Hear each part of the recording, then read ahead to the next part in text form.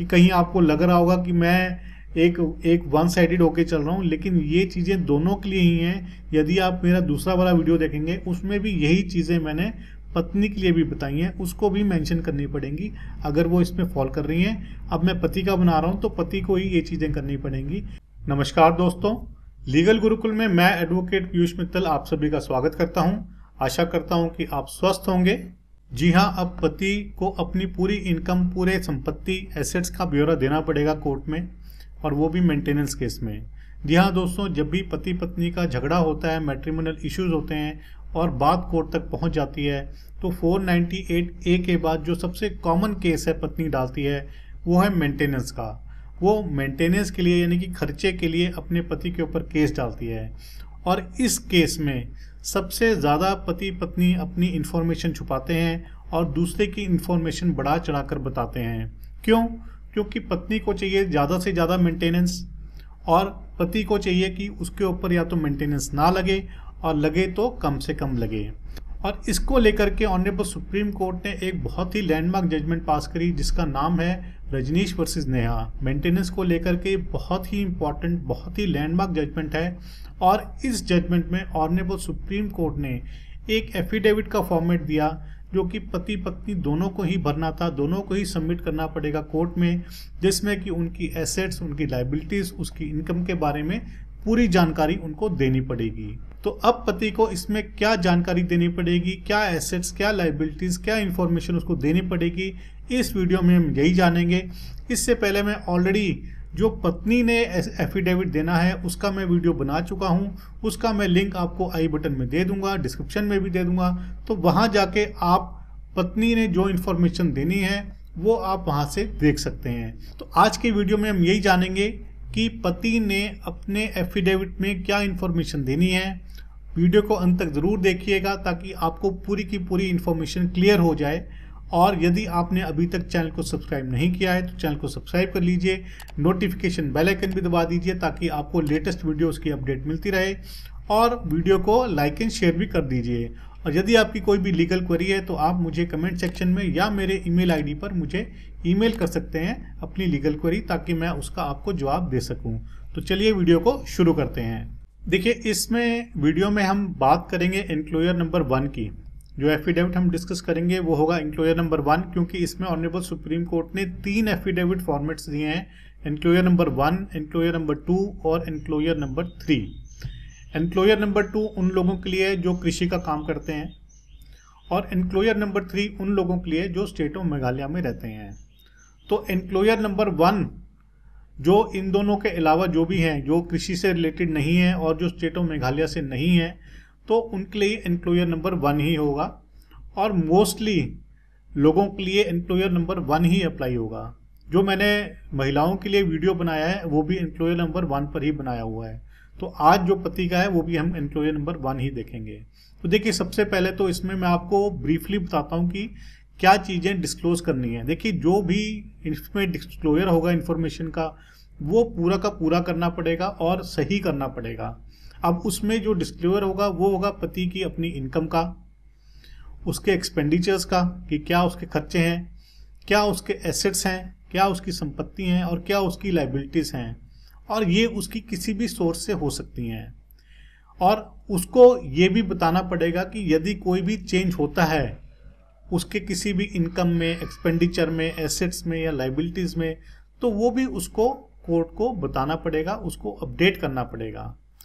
और साथ में मैं आपको एक चीज़ और बता दूं कि इस एफिडेविट के लास्ट में एक डिक्लेरेशन है जिसमें कि 3 पॉइंट्स हैं, और उसमें तीसरा पॉइंट सबसे इंपॉर्टेंट है। देखिए, एक ये एफिडेविट है तो ये एक यानी कि लीगल डॉक्यूमेंट है, लीगल डिक्लेरेशन है जो भी पार्टी इसको देगी। अब क्योंकि हम पति की बात कर रहे हैं तो पति देगा इसको, तो ये पति की एक तरह से लीगल डिक्लेरेशन है अपनी इनकम, एसेट्स या जो भी उसने लायबिलिटीज अपनी बतानी है उसके बारे में। और ये अगर इसमें कोई चीज़ झूठ बोली गई तो वो एक ऑफेंस भी है, और वो उस ऑफेंस में उसको सजा भी हो सकती है। तो ये ध्यान रहे कि आपने जो भी इंफॉर्मेशन देनी है वो बिल्कुल सही देनी है। आप जब इसको पढ़ेंगे, मैं बिल्कुल धीरे धीरे करके एक एक चीज़ आपको बताऊंगा, तो आपको लास्ट में जाके जब आप देखेंगे तो वहाँ पे डिक्लेरेशन में सजा का प्रावधान भी दिया हुआ है। तो अब हम शुरू से इसको चलते हैं, देखते हैं कि क्या है एफिडेविट में, क्या इंफॉर्मेशन देनी है, कैसे देनी है, क्या लिखना है। तो चलिए अब इसको बारी बारी देखते हैं। देखिए, सबसे पहले तो जो भी पति अपना ये एफिडेविट भर रहा है उसको अपना नाम, सन ऑफ, अपनी एज और अपना रेजिडेंस भरना होगा सबसे ऊपर। मैं आपको साथ में फॉर्मेट भी दिखा रहा हूँ, ये फॉर्मेट आप देख सकते हैं तो आपको पता लग जाएगा कि जो मैं बता रहा हूँ वो आप उसको रिलेट कर सकते हैं। उसके बाद आता है हमारा नंबर ए, जो कि है पर्सनल इंफॉर्मेशन से रिलेटेड इंफॉर्मेशन। अब इसमें सबसे पहले है नाम, आपको अपना फुल नेम लिखना है, आपको अपनी एज और अपना सेक्स लिखना है। उसके बाद आपने अपनी क्वालिफिकेशन लिखनी है कि आप कितना पढ़े लिखे हैं, आपकी एजुकेशनल क्वालिफिकेशन क्या है। यदि आपने कोई प्रोफेशनल कोर्स किया हुआ है तो वो भी लिख सकते हैं। तो आपने अपनी पूरी क्वालिफिकेशन या जो भी आपकी मैक्सिमम क्वालिफिकेशन है वो आपने इसमें लिखनी है। देखिए, इसके बाद आता है कि आप कहाँ रह रहे हैं, कि आप मैट्रिमोनियल होम वहाँ रह रहे हैं, या अपने माता पिता के साथ रहते हैं, या आपने कोई सेपरेट रेजिडेंस ले रखा है वहाँ रह रहे हैं। तो आपको ये स्पेसिफाई करना पड़ेगा और साथ में उस जगह का कंप्लीट एड्रेस भी आपको देना पड़ेगा। और यदि वो जो उसकी जो भी ओनरशिप है, अगर वो आप अपने पिता के मकान में रह रहे हैं तो आपको बताना पड़ेगा कि उसकी ओनरशिप आपके पिता के पास है। यदि आप किसी रेंटेड अकोमोडेशन में रह रहे हैं तो आपको बताना पड़ेगा कि उसकी रेंटेड अकोमोडेशन का या जो भी लैंडलॉर्ड है उसकी आपको ओनरशिप बतानी पड़ेगी। तो ये चीज़ आपको ये क्लियर करनी पड़ेगी, या वो किसी और फैमिली के द्वारा या फैमिली मेम्बर के द्वारा वो ओन किया जा रहा है, तो ये सब चीज़ें आपको बतानी पड़ेगी। उसके बाद आती है आपकी डेट ऑफ मैरिज, कि आपकी किस दिन मैरिज हुई थी और किस दिन से आप सेपरेट रह रहे हैं। अगर आप सेपरेट रहते हैं तो आपको बताना पड़ेगा कि किस दिन से आप सेपरेट रह रहे हैं पति पत्नी।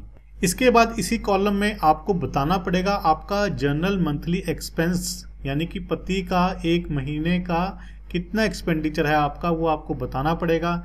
इसमें जैसे कि आप एग्जांपल में देख सकते हैं, ब्रैकेट में लिखा हुआ है जैसे कि रेंट है, हाउस होल्ड एक्सपेंसेस है, मेडिकल बिल्स हैं, ट्रांसपोर्टेशन हैं। अब इसमें और जोड़ दीजिए, मोबाइल है, क्लोथिंग है, कुछ भी है आपकी चीज़ें।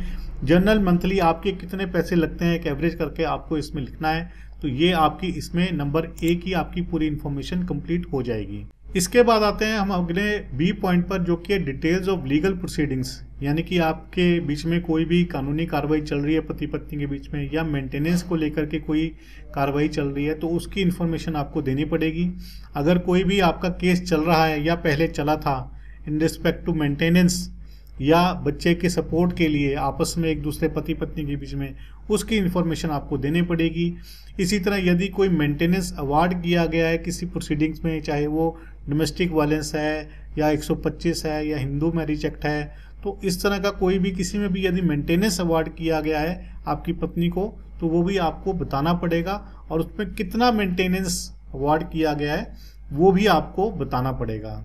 इसके बाद यदि ऐसा कुछ है, अगर कोई प्रोसीडिंग चली है जिसमें कि अवार्ड हुआ है ऐसा और आपको देना पड़ रहा है, तो ऐसे में आपको उसके ऑर्डर की कॉपी भी लगानी पड़ेगी। हालांकि ये चीज़ें जो पत्नी है उसकी तरफ से भी होंगी, लेकिन अगर वो नहीं बताती हैं तो आपको अपनी तरफ से ये चीज़ें बतानी है, ताकि आपकी सारी चीज़ें कंफर्म हो सके कि कोई झूठ नहीं बोल रहा है, कि आपने जो ऑर्डर था मेंटेनेंस का उसको कंप्लाई किया कि नहीं किया, कि क्या कितना आपने कंप्लाई किया, कितना उसमें एरिया रह गया है। और इसमें एक चीज़ और भी है कि यदि आपने कोई भी उसमें वॉलंटरी कंट्रीब्यूशन किया है मेंटेनेंस में, कि आपने जो भी फिक्स्ड मेंटेनेंस है उससे अलग जाके कुछ मेंटेनेंस दिया है, तो वो भी आप उसमें मेंशन कर सकते हैं। इसके बाद आते हैं हमारे सी पॉइंट पर, जो कि है details of the dependent family member, कि आपके ऊपर कौन कौन डिपेंडेंट है।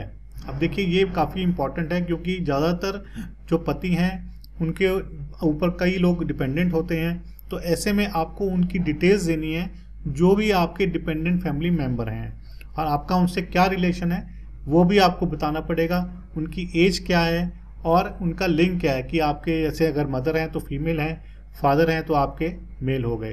तो ये आपको चीज़ें डिटेल में बतानी पड़ेंगी। और यदि आप जिनको भी आप डिपेंडेंट बता रहे हैं, अगर उनकी कोई भी इंडिपेंडेंट सोर्स से कोई भी इनकम है, चाहे वो इंटरेस्ट है या एसेट्स हैं या पेंशन से हैं या उनकी कोई लाइबिलिटी भी है, तो भी आपको ये चीज़ बतानी पड़ेगी अगर आप उनको डिपेंडेंट मानते हैं और कोर्ट में एज डिपेंडेंट बताते हैं। ये आपको ध्यान रखना पड़ेगा कि ज़रूरी नहीं है कि आपको अपने फादर की या मदर की आपको सारी इनकम बतानी पड़े। आपको तभी बतानी पड़ेगी जब आप उनको डिपेंडेंट में शो करेंगे, क्योंकि मेरे पास इसमें बहुत बारी क्वेरीज आती हैं, लेडीज़ की भी आती हैं, जेंट्स की भी आती हैं कि हमको क्या अपने माता पिता की इनकम या उनकी सारी डिटेल्स बतानी है। तो मैं उनको यही कहता हूँ कि यदि आप उनको डिपेंडेंट शो कर रहे हैं तो ही आपको बतानी है, नहीं तो आपको नहीं बतानी है। और इसी में ही आपको बताना होगा कि आप उन डिपेंडेंट के ऊपर कितना खर्चा कर रहे हैं। तो ये है कि आपको जैसे मंथली आप बता सकते हैं इसमें कि आप मंथली उनके ऊपर कितना खर्चा करते हैं, या एनुअली भी आप बता सकते हैं, पर एनम करके लिख सकते हैं। तो ये हमारा इसमें सी पॉइंट कंप्लीट हो गया, details of the dependent family members. देखिए अब आते हैं हमारे पॉइंट डी पर, जो कि है मेडिकल डिटेल्स। अब ये मेडिकल डिटेल्स आपने अपनी भी देनी है और अपने डिपेंडेंट फैमिली मेंबर्स की भी देनी है। इसमें हम देखते हैं कि क्या क्या पॉइंट्स हैं। देखिए सबसे पहले तो आप दोनों में, यदि पति पत्नी में या बच्चा आपका है, तो अगर उनमें से कोई भी किसी को भी कोई फिजिकल डिसेबिलिटी है, कोई मेंटल डिसेबिलिटी है, या कोई सीरियस एलिमेंट है, सीरियस बीमारी है, तो उसका आपको मेंशन करना पड़ेगा और उसका मेडिकल रिकॉर्ड आपको देना पड़ेगा। अब इसके बाद बात करते हैं कि जो डिपेंडेंट फैमिली मेंबर्स हैं, यदि उनको कोई सीरियस डिसेबिलिटी है या कोई कॉन्टिन्यूस मेडिकल एक्सपेंडिचर उनका लग रहा है, तो ऐसे में उसकी भी डिटेल आपको देनी पड़ेगी, उनका डिसेबिलिटी सर्टिफिकेट देना पड़ेगा और उनका अप्रॉक्सीमेट मेडिकल एक्सपेंडिचर कितना हो रहा है उनके ट्रीटमेंट पे, वो भी आपको बताना पड़ेगा। इसके बाद यदि आप दोनों ही पार्टी, पति पत्नी, बच्चे या कोई भी डिपेंडेंट फैमिली मेंबर है जो, अगर वो किसी लाइफ थ्रेटनिंग डिजीज से ग्रस्त हैं, यानी कि उनको कोई लाइफ थ्रेटनिंग डिजीज है, तो ऐसे में जो भी उनके ऊपर एक्सपेंडिचर हो रहा है या रेगुलर मेडिकल एक्सपेंडिचर हो रहा है, उसकी इन्फॉर्मेशन भी आपको डिटेल में देनी पड़ेगी। उनकी एक समरी, जो प्रीवियस डिटेल हॉस्पिटलाइजेशन की समरी है, मेडिकल एक्सपेंडिचर इंकर्ड है, वो सारी की सारी डिटेल्स आपको देनी पड़ेंगी अलॉन्ग विद द रिकॉर्ड्स। तो इसमें हमारा ये पॉइंट डी जो है वो कवर हो गया, मेडिकल डिटेल्स आपकी, आपके स्पाउस की, बच्चे की और आपके डिपेंडेंट फैमिली मेंबर्स की। इसके बाद आते हैं हम पॉइंट ई पर, जो कि डिटेल्स ऑफ द चिल्ड्रन, यानी कि आपके बच्चों की डिटेल्स। अब इसमें आपके कितने बच्चे हैं, आपकी अगर आपकी एक ही मैरिज है तो आपके कितने बच्चे हैं उस मैरिज से, और यदि आपकी पहले भी मैरिज हो चुकी है, उसके बाद आपने डिवोर्स लेके दोबारा मैरिज करी है, तो पहले वाली से कितने हैं और अब नया जो आपका मैरिज हुई है उससे कितने हैं, तो आपके कितने टोटल बच्चे हैं आपको बताने पड़ेंगे। उसके बाद उन बच्चों के नाम आपको देने पड़ेंगे और उनकी एज भी देनी पड़ेगी, और साथ में ये भी बताना पड़ेगा कि उन बच्चों की यदि कोई कस्टडी का प्रॉब्लम आ रहा है, अभी तक कोई है, तो आपको कि वो किसकी कस्टडी में है ये भी आपको बताना पड़ेगा। क्योंकि कई बार होता है कि कस्टडी के केसेस होते हैं या कस्टडी के केसेस नहीं भी चल रहे हैं, तब भी बच्चा कई बारी पत्नी ले जाती है, तो ऐसे में आपको स्पेसिफाई करना पड़ेगा कि वो किसी कस्टडी में है बच्चे। इसके बाद आता है कि बच्चों के ऊपर कितना खर्चा हो रहा है। देखिए बच्चे क्योंकि डिपेंडेंट होते हैं, तो डिपेंडेंट्स के ऊपर आप कितना खर्चा कर रहे हैं वो आपको बताना पड़ेगा। उसमें देखिए कई चीज़ें हैं, जैसे कि फूड है, क्लोथिंग है, मेडिकल एक्सपेंडिचर है उनका, और कई चीज ज़रूरत के सामान होते हैं जो कि बच्चों के लिए ज़रूरी होते हैं। इसी तरह उनकी एजुकेशन है या जर्नल एक्सपेंसेस हैं, ये सभी आपको बताने पड़ेंगे कि आपका एक्सपेंडिचर कितना है। और यदि कोई वो एक्स्ट्रा एजुकेशन ले रहा है, कोई वोकेशनल ट्रेनिंग ले रहा है, कोई प्रोफेशनल कोर्स कर रहा है, तो उस प्रोफेशनल कोर्स के लिए, स्पेशलाइज्ड ट्रेनिंग के लिए क्या कुछ खर्चा किया जा रहा है आपके द्वारा, ये आपको बताना पड़ेगा। इसके अलावा यदि कोई लोन लिया हुआ है, कोई आपके ऊपर चार्ज है, कोई इंस्टॉलमेंट है बच्चे की वजह से, तो वो भी आपको बताना पड़ेगा on account of the educational expense of the children. यानी कि एजुकेशन से रिलेटेड कोई भी ऐसी चीज़ है तो आपको ये चीज़ भी बतानी पड़ेगी इस कॉलम में। इसी कॉलम में ये भी आपको बताना पड़ेगा कि आप वॉलंटरी कंट्रीब्यूशन क्या कर रहे हैं। ये जो एजुकेशनल एक्सपेंसेस हैं इसके ऊपर आपका वॉलंटरी कंट्रीब्यूशन क्या है। देखिए कई बार होता है कि आपको मेंटेनेंस बांध दिया, बच्चे का भी बांध दिया, पत्नी का भी बांध दिया, तो ऐसे में एजुकेशन के ऊपर आप वॉलंटरी क्या खर्च कर रहे हैं ये भी आपको, अगर आप खर्च कर रहे हैं तो आप उसमें बता सकते हैं इस कॉलम में।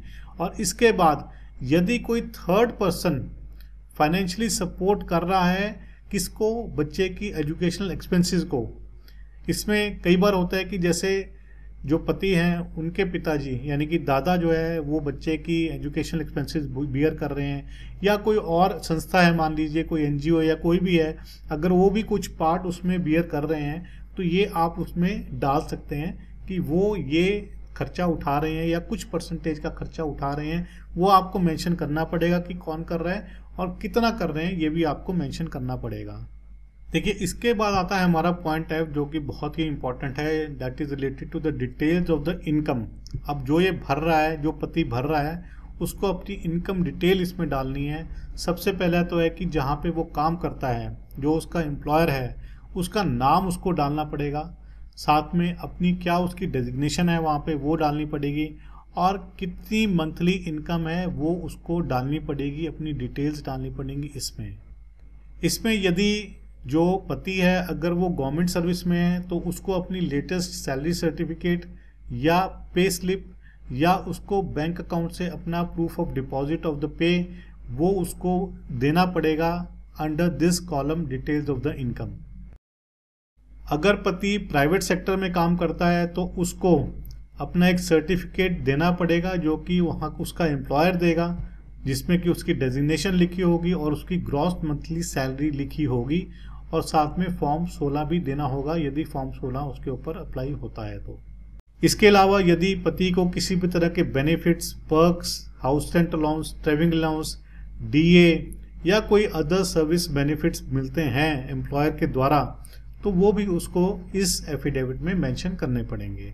इसी में अगला पॉइंट है कि अगर आप इनकम टैक्स असेसी हैं, यदि पति इनकम टैक्स असेसी है, वो इनकम टैक्स की रिटर्न भरता है, तो उसको इनकम टैक्स रिटर्न शो करनी पड़ेगी अपनी, और वो उसको कब कब की करनी पड़ेगी। एक तो 1 साल पहले की मैरिज से, मैरिज जब हुई थी उसके 1 साल पहले की इनकम टैक्स रिटर्न, जब आप लोग सेपरेट रहने लगे तब उसके 1 साल पहले की इनकम टैक्स रिटर्न, और जब ये एप्लीकेशन दी गई पत्नी के द्वारा तो उस टाइम की उसकी इनकम टैक्स रिटर्न आपको शो करनी पड़ेगी पति को। इसके अलावा यदि जो इनकम है उसके अलावा इनकम फ्रॉम अदर सोर्सेज है, मान लीजिए कोई रेंट आता है, कोई इंटरेस्ट है, कोई शेयर डिबेंचर है, कोई कैपिटल गेंस हैं, कोई एफडीज हैं पोस्ट ऑफिस में, बैंक्स में, इसी तरह कोई म्यूचुअल फंड्स हैं, स्टॉक्स हैं, एग्रीकल्चर से कोई इनकम है या बिजनेस है कोई, तो इनसे जो भी इनकम है अदर सोर्सेज से वो भी आपको मेंशन करनी पड़ेगी अलॉन्ग विद द टीडीएस। यदि उसके ऊपर कोई टैक्स कट रहा है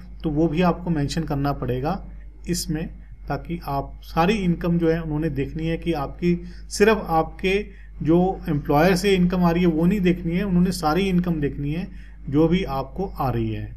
और इसी में आपको अपने लास्ट 3 ईयर्स के आपको अपने बैंक स्टेटमेंट्स अपने सभी अकाउंट्स के भी फर्निश करने पड़ेंगे। देखिए, ये चीज़ें मैं आपको क्लियर कर दूं कि कहीं आपको लग रहा होगा कि मैं एक वन साइडेड होके चल रहा हूँ, लेकिन ये चीज़ें दोनों के लिए ही हैं। यदि आप मेरा दूसरा वाला वीडियो देखेंगे उसमें भी यही चीज़ें मैंने पत्नी के लिए भी बताई हैं, उसको भी मेंशन करनी पड़ेंगी अगर वो इसमें फॉल कर रही हैं। अब मैं पति का बना रहा हूँ तो पति को ही ये चीज़ें करनी पड़ेंगी, क्योंकि ये चीज़ें दोनों के लिए ही हैं। इसके बाद आते हैं हम जी पॉइंट पे, जो कि है एसेट्स का। अब इसमें एसेट्स मीन्स संपत्ति, जिसमें कि मूवेबल और इमूवेबल यानी कि चल अचल दोनों संपत्ति जो भी पति की हैं वो उसको अपनी मेंशन करनी पड़ेंगी। अब इसमें सबसे पहले तो आती है कि सेल्फ एक्वायर्ड प्रॉपर्टी, यानी कि जो उसने अपने पैसे से अपनी संपत्ति बनाई है, अपनी मेहनत से अपनी संपत्ति बनाई है, वो आ जाएंगी। उसके बाद यदि कोई जॉइंट प्रॉपर्टी है जो कि पति पत्नी द्वारा ओन की गई हैं आफ्टर मैरिज के बाद में, देखिए पति पत्नी कई बार कोई प्रॉपर्टी खरीद लेते हैं, बना लेते हैं और उसमें जॉइंट वो अपना नाम डलवाते हैं, चाहे उसमें हम ये अभी मैरिट्स में नहीं जा रहे हैं कि पैसे किसके लगे हैं, लेकिन जॉइंटली उसमें नाम है, तो वो भी आपको मेंशन करनी पड़ेंगी अपने इस एफिडेविट में। इसी तरह यदि कोई एंसेस्ट्रल यानी कि जद्दी प्रॉपर्टी है उसमें आपका शेयर बनता है तो ये भी आपको बताना पड़ेगा। इसके अलावा यदि आपकी जो अदर जॉइंट प्रॉपर्टीज़ हैं, जैसे कोई आपकी इन्वेस्टमेंट आपने कहीं कर रखी है, कोई आपके अकाउंट्स हैं, एफडीज हैं, म्यूचुअल फंड्स हैं, स्टॉक डिबेंचर जो कि आपके जॉइंट नाम पर हैं पति पत्नी के, उनकी क्या वैल्यू है और वो किसके पोजीशन में है, ये भी आपको बताना पड़ेगा। इसी तरह आपकी और इमूवेबल प्रॉपर्टीज़ हैं जो उसका क्या स्टेटस है, उसका क्या पोजीशन का स्टेटस है, या कोई रेंट आ रहा है वहाँ से, तो ये भी आपको चीज़ें बतानी पड़ेंगी। कोई लीज की अमाउंट आ रही है तो ये भी आपको इसमें डिस्क्लोज करनी पड़ेंगी। इसी तरह यदि आपने कोई लोन लिया है या किसी को लोन दिया है, इसकी भी डिटेल आपको बतानी पड़ेगी। और यदि आपके कोई भी ज्वेलरी है, ऑर्नामेंट्स हैं जो कि आपको ड्यूरिंग द मैरिज या आफ्टर द मैरिज मिले, देखिए कई तरह की ज्वेलरी या ऑर्नामेंट्स पति पत्नी को मिलते हैं ड्यूरिंग द मैरिज या आफ्टर मैरिज, तो वो चीज़ भी आपको डिस्क्लोज करनी पड़ेगी इस कॉलम में।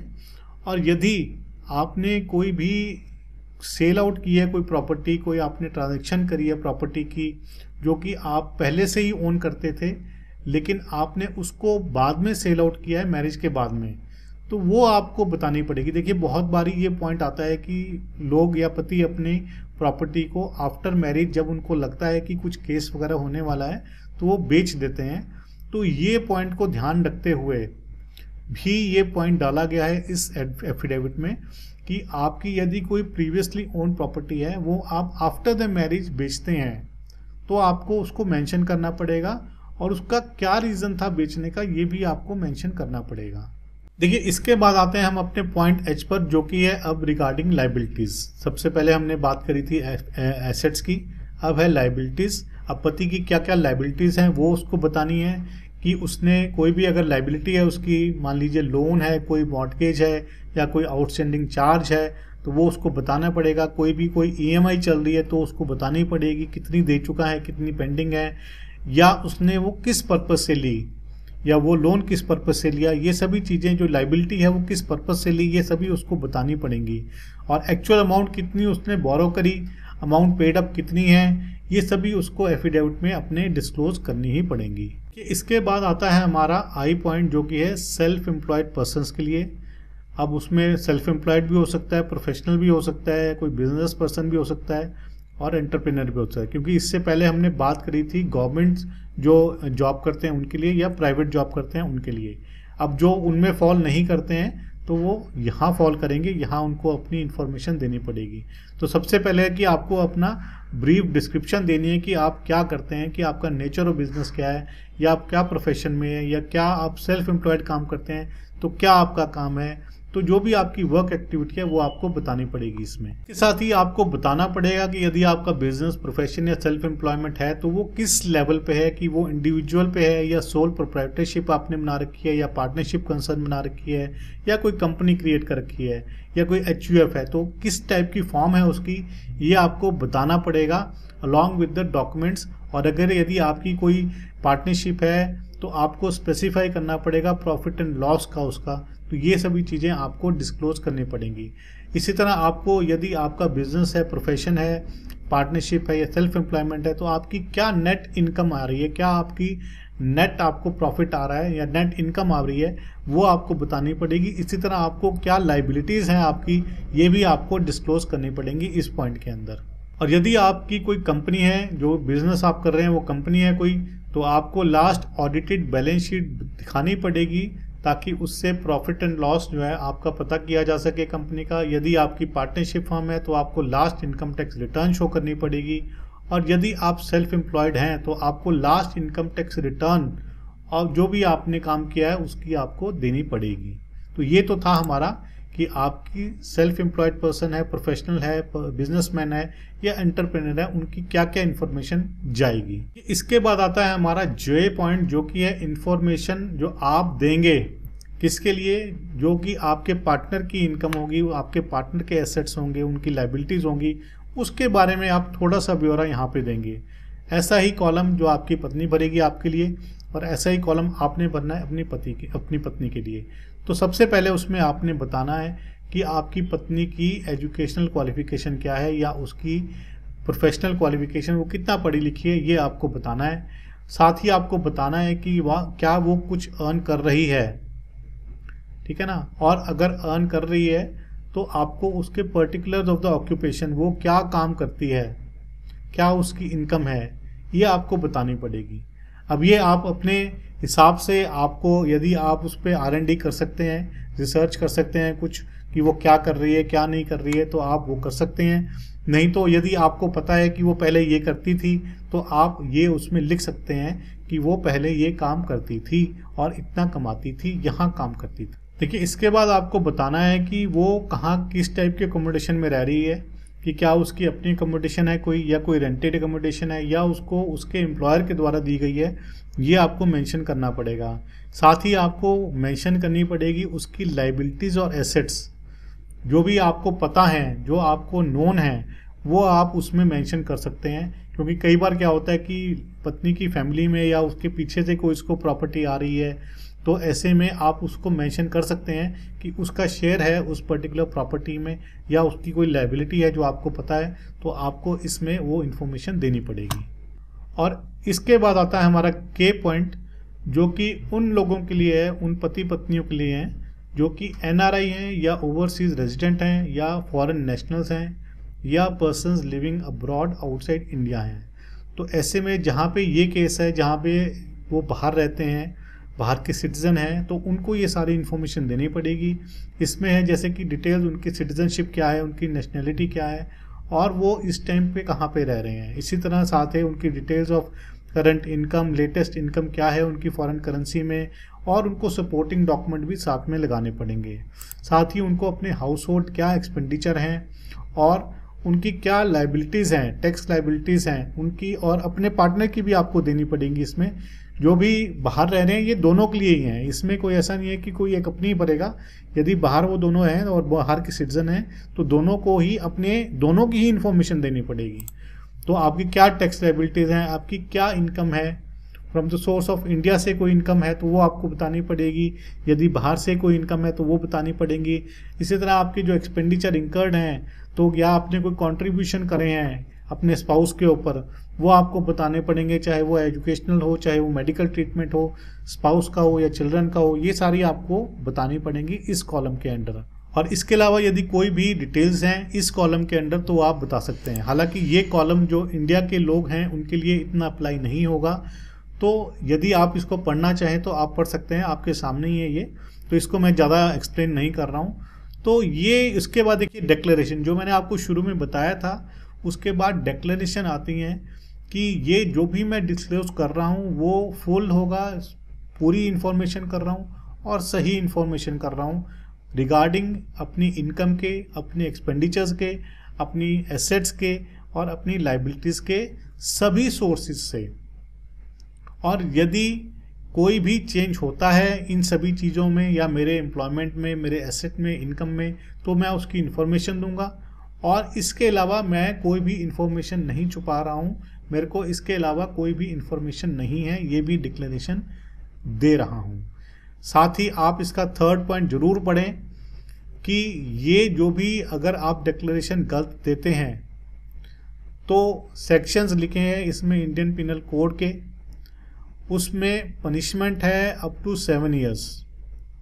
कुछ सेक्शन में अप टू 7 ईयर्स है, कुछ सेक्शन में अप टू 2 ईयर्स है। तो इस एफिडेविट को बहुत ही ध्यान से आपने भरना है। तो ये डिक्लेरेशन से आपको पता लग गया है कि आपने जो पूरी इन्फॉर्मेशन देनी है वो ठीक देनी है, कोई भी इनकरेक्ट या फॉल्स इन्फॉर्मेशन कोर्ट को नहीं देनी है। जो भी आपकी ब्लैक एंड वाइट में चीज़ें हैं सारी, जो भी आपकी इनकम, एसेट्स जो भी हैं आपके ब्लैक एंड वाइट में, वो आपने डिस्क्लोज करने ही करने हैं।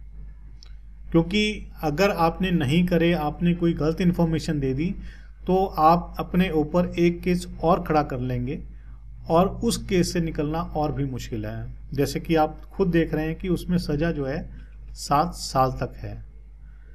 उसके बाद हमारा जो है आपके सिग्नेचर होंगे डेपोनेंट की जगह पर यहाँ पे, और उसके बाद आप वेरीफाई कर रहे हैं कि जो भी ऊपर इन्फॉर्मेशन लिखी गई है वो ठीक है, ट्रू है, करेक्ट है, मेरी पर्सनल नॉलेज के हिसाब से कुछ भी उसमें गलत नहीं लिखा हुआ है। और जो भी आप दूसरे की बता रहे हैं रिलेटिंग टू योर स्पाउस, वो भी ट्रू, आप बिलीव करते हैं कि वो ट्रू है तभी आप बता रहे हैं, और उसके बाद फिर आपके दोबारा से इस पर सिग्नेचर होने हैं। तो ये है हमारा पूरा का पूरा एफिडेविट जो कि पति ने देना है अपने मेंटेनेंस केस में। तो ये था आज का वीडियो। अगर आपको वीडियो पसंद आया तो प्लीज़ वीडियो को लाइक और शेयर ज़रूर कीजिए, और यदि आपकी कोई भी लीगल क्वेरी है तो प्लीज़ मुझे कमेंट सेक्शन में ज़रूर लिख के भेजिए या मेरे ईमेल आईडी पर भेजिए, ताकि मैं आपको उसका लीगली जवाब दे सकूं कि क्या आपकी हेल्प हो सकती है। तो आज के लिए इतना ही, अगली बार हम फिर मिलते हैं, तब तक के लिए धन्यवाद।